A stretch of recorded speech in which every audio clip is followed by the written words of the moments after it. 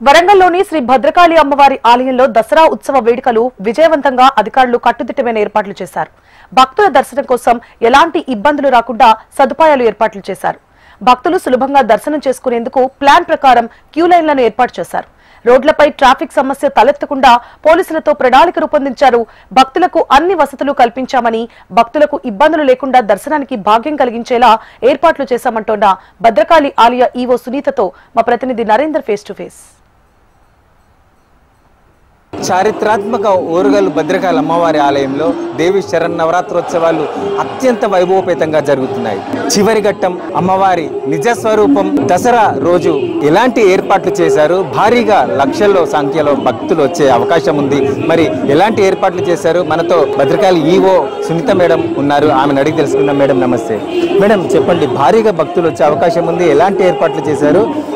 ఎలాగా డైవర్షన్స్ పెట్టారు? విజయదశమి పర్వదినాన్ని పురస్కరించుకొని వరంగల్ భద్రకాళి అమ్మవారిని దర్శనం చేసుకోవడానికి రాష్ట్ర నలుమూలల నుంచి కూడాను అధిక సంఖ్యలో భక్తులు వచ్చే అవకాశం ఉన్నందున వారందరికీ ఇబ్బందులు లేకుండా ప్రత్యేకంగా క్యూ లైన్స్, ధర్మ దర్శనము, శీఘ్ర దర్శనం, అతి శీఘ్ర దర్శనము ఏర్పాట్లు చేయడం జరిగింది. అదేవిధంగా దాతలకు, విఐపీలకు, వృద్ధులకు అందరికీ కూడాను ప్రత్యేక క్యూ లైన్స్ ద్వారాగా దర్శనం చేసుకునే ఏర్పాట్లు చేయడం జరుగుతుందండి. అదేవిధంగా మళ్ళీ వాళ్ళందరికీ కూడాను క్యూ లైన్స్లో డ్రింకింగ్ వాటర్ సదుపాయాన్ని ఏర్పాటు చేయడం జరుగుతుంది. అందరికీ కూడాను ఉచిత ప్రసాద అందుబాటులో ఉంచడము, అదేవిధంగా అన్న ప్రసాద కార్యక్రమాలను కూడా నిర్వహించడం జరుగుతుంది.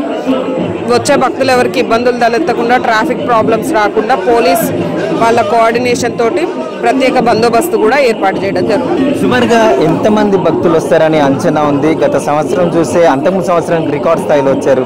ఈ సంవత్సరం కూడా భారీగా వచ్చే అవకాశాలు ఉన్నాయి. ఎంతమంది వస్తారని అంచనాలు వేస్తున్నారు? గత సంవత్సరంతో పోలిస్తే అధిక సంఖ్యలో ఒక 2 లక్షల మంది వరకు కూడాను రేపు అమ్మవారిని దర్శనం చేసుకునే అవకాశం ఉందని అనుకుంటున్నాం. అర్చనలు, ఈ కొబ్బరికాయలు కొట్టడం, ఈ మొక్కులు అనేటివి ఉంటాయా, లేకపోతే ఎలాగుంటుంది రేపు? కొబ్బరికాయ కొట్టుకోవడము అవన్నీ కూడా ఉంటాయండి. రేపు అర్చన మాత్రం ఉండదు. భక్తుల రద్దీకి అనుగుణంగా రేపు దర్శనం సదుపాయాన్ని మాత్రమే కల్పించడం జరుగుతుంది. మేడం, నిజానికి అమ్మవారి అలంకరణ ప్రతిరోజు కూడా చాలా సుందరీకరంగా తీర్చిదిద్దుతున్నారు. మరి ఎక్కడి నుండి తీసుకొచ్చారు? ఈ పూలన్నీ కూడా ఎక్కడి నుండి తెప్పిస్తున్నారు? అమ్మవారి ఆలయం ప్రాంగణం కూడా భారీగా ఏర్పాట్లు ఏమైనా చేస్తున్నారా?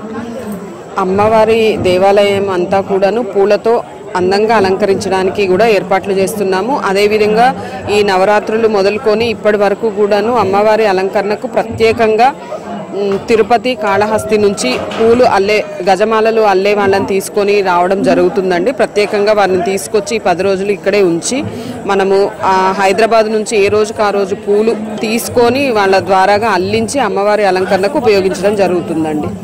మేడం, ఇప్పటికీ చూస్తున్న భక్తులైతే భారీగా వచ్చే పరిస్థితి ఉంది. సామాన్య సేవ కాకుండా ఏ రకమైన టికెట్లలో ఇప్పుడు వచ్చే భక్తులకి సౌకర్యం కోసం పెడుతున్నారు? ఏం అరేంజ్మెంట్స్? సామాన్య భక్తులకి, అందరు భక్తులకి ఉపయోగపడే విధంగా ప్రత్యేకంగా క్యూ లైన్స్, అదేవిధంగా క్యూ లైన్స్లో ఎన్సీసీ వాలంటీర్స్, సేవా సమితి వాళ్ళ సేవలను కూడా వినియోగించడం జరుగుతుంది. మొత్తానికైతే ఆలయ లోపల వచ్చే భక్తులు, అమ్మవారి కోసం వచ్చే భక్తులకి ఎవరికి కూడా ఏ చిన్న అసౌకర్యం కలగకుండా పూర్తిగా ఏర్పాట్లు చేశామని, అటు పోలీసు వాళ్ళ సహకారం కూడా తీసుకొని భక్తులకి సౌకర్యవంతంగా ఆమె దర్శనం చేసుకుని దర్శన భాగ్యం, అలాగే ఆమె మొక్కులు తీర్చుకోవడానికి కూడా మేము వసతి కల్పిస్తున్నామని చెప్తున్నారు. భక్తులు మాత్రం ఈ దఫా భారీగా వచ్చే అవకాశం ఉంది. వారికి తగ్గట్టుగానే సౌకర్యాలు ఏర్పాటు చేశామని చెప్తున్న పరిస్థితి. కెమెరామెన్ రామరాజుతో నరేందర్, HM TV, వరంగల్.